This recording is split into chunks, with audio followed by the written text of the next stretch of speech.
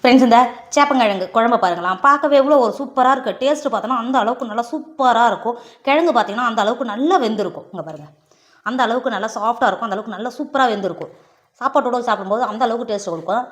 நம்ம புளியெல்லாம் சேர்த்துருக்கிறதுனால 3 நாள் ஆனாலும் கெட்டு போகாது. சாப்பிட்றதுக்கு அந்த அளவுக்கு டேஸ்ட்டை கொடுக்கும். நீங்கள் இந்த சேப்பங்கிழங்கை குழம்பு மட்டும் செஞ்சு வச்சுட்டிங்கன்னா 2 நாளைக்கு குழம்பு வைக்கிற பிரச்சனையே இருக்காது. அந்த அளவுக்கு சூப்பராக இருக்கும். நல்லா சூடான சாதத்தில் பிசைஞ்சு சாப்பிடும்போது. இன்றைக்கி நம்ம சூப்பரான டேஸ்ட்டில் சேப்பங்கிழங்கு வச்சு காரக்குழம்பு தான் செய்ய போகிறோம். எப்படி செய்யலான்னு பார்க்கலாமா? Hi friends, welcome to Kerala சமையல். இன்றைக்கி கேரளா சமையலில் சேப்பங்கிழங்கு வச்சு நம்ம காரக்குழம்பு தான் செய்ய போகிறோம். வாங்க எப்படி செய்யலான்னு பார்க்கலாம். இன்றைக்கி 1 கிலோ நம்ம சேப்பங்கிழங்கு எடுத்திருக்கேன். இந்த சேப்பங்கிழங்கு வச்சு ஒரு சூப்பரான காரக்குழம்பு தான் செய்ய போகிறோம். இந்த சேப்பங்கிழங்கை நல்லா கழுவிட்டு, இது மண்ணிலேருந்து தோண்டி எடுத்ததுனால நல்லா கழுவிட்டு, துளி கூட மண் இல்லாமல் நல்லா கழுவிட்டு தண்ணி வடிகட்டி எடுத்துன்னு வந்திருக்கேன். இப்போ அந்த சேப்பங்கிழங்கை வேக வைக்கிறதுக்கு பாத்திரத்தில் தண்ணி எடுத்துக்கோங்க. நம்ம கழுவி எடுத்துன்னு வந்த சேப்பங்கிழங்கை தண்ணியில் சேர்த்து கொடுத்துக்கோங்க. இது நாங்கள் வீட்லேயே 3-4 செடி மேலே நட்டு வச்சுருந்தோம்.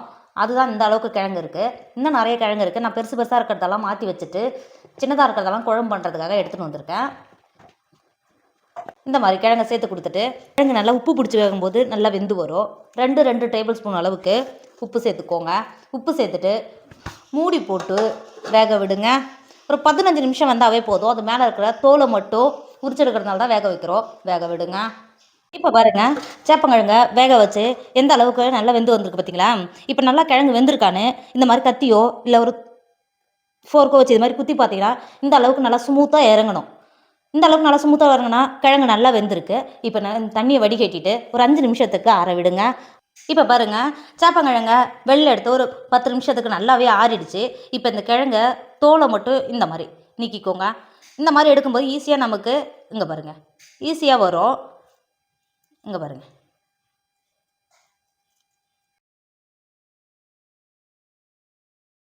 இந்த மாதிரி தோல் நீக்கிட்டு இருக்கிற சேப்பங்கிழங்கு எல்லாமே தோல் நீக்கிட்டு கட் பண்ணி மாற்றி வச்சுக்கோங்க.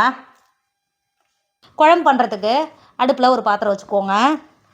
4 டேபிள் ஸ்பூன் அளவுக்கு எண்ணெய் சேர்த்துக்கோங்க. நம்ம குறைஞ்சபட்சம் ஒரு 15 பேர் சாப்பிட்ற அளவுக்கு தான் குழம்பு பண்ண போகிறோம். இப்போ சேர்த்து கொடுத்துக்கோங்க. எண்ணெய் சேர்த்து எண்ணெய் நல்லா சூடாயிடுச்சு. 1 டேபிள் ஸ்பூன் அளவுக்கு வெந்தயம் சேர்த்துக்கோங்க.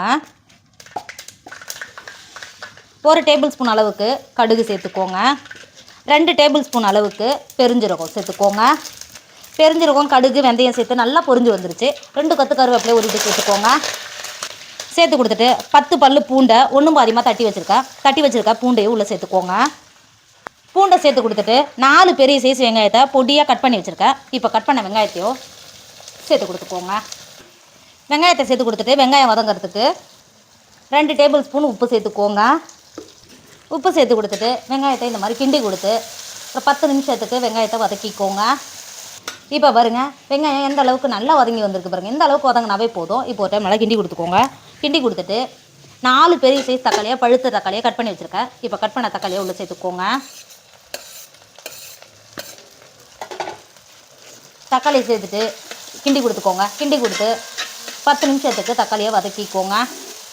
பாருங்கள், நம்ம வேக வச்ச தக்காளி எந்த அளவுக்கு நல்லா குழஞ்சி வந்திருக்கு பார்த்தீங்களா? இப்போ நல்லா கிண்டி கொடுத்துக்கோங்க. கிண்டி கொடுத்துட்டு இப்போ மசாலாலாம் சேர்த்து கொடுத்துக்கோங்க. 1 குழிக்கரண்டி அளவுக்கு மல்லித்தூள் சேர்த்துக்கோங்க. 4 டேபிள் ஸ்பூன் அளவுக்கு மிளகாத்தூள் சேர்த்துக்கோங்க. நீங்கள் மிளகாத்தூள் சேர்க்கும் போது உங்கள் காரத்துக்கு அனுசரித்து மிளகாத்தூள் சேர்த்து கொடுத்துக்கோங்க. மல்லித்தூள், மிளகாத்தூள் சேர்த்துட்டு மசாலாவோட நல்லா கிண்டி கொடுத்துக்கோங்க. கிண்டி கொடுத்து ஒரு 5 நிமிஷத்துக்கு நம்ம சேர்த்த மிளகாத்தூளோட பச்சை வடை போய் நல்லா வதங்கி வரும். வதக்கிக்கோங்க.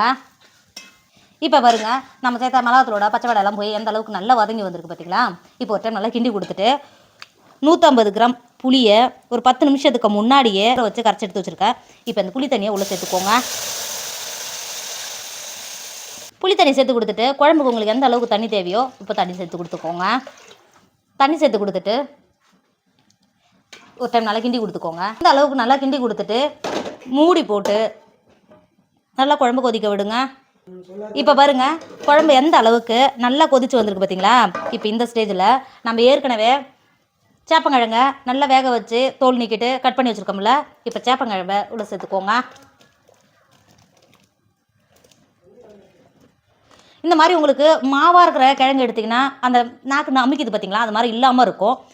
நல்லா பெரிய சைஸாக நல்லா விளைஞ்ச கிழங்கா எடுத்துக்கிட்டிங்கன்னா கொஞ்சம் கூட அந்த நமைச்சல் இல்லாமல் அந்த அளவுக்கு சூப்பராக இருக்கும் சாப்பிட்றதுக்கு. இப்போ கிழங்கா சேர்த்து கொடுத்துட்டு திரும்பவும் ஒரு டேபிள் ஸ்பூன் அளவுக்கு உப்பு சேர்த்துக்கோங்க.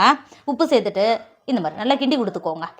கிண்டி கொடுத்து திரும்பவும் மூடி போட்டு மூடி நம்ம கிழங்கு ஏற்கனவே வேக வச்சு தான் சேர்த்துருக்கோம். ஒரு 10 நிமிஷத்துக்கு மட்டும் நம்ம சேர்த்த புளியோட சேர்ந்து இந்த கிழங்கு வெந்து வரும்போது சாப்பிட்றதுக்கு அந்த அளவுக்கு டேஸ்ட்டை கொடுக்கும். மூடி போட்டு மூடி வேக விடுங்க.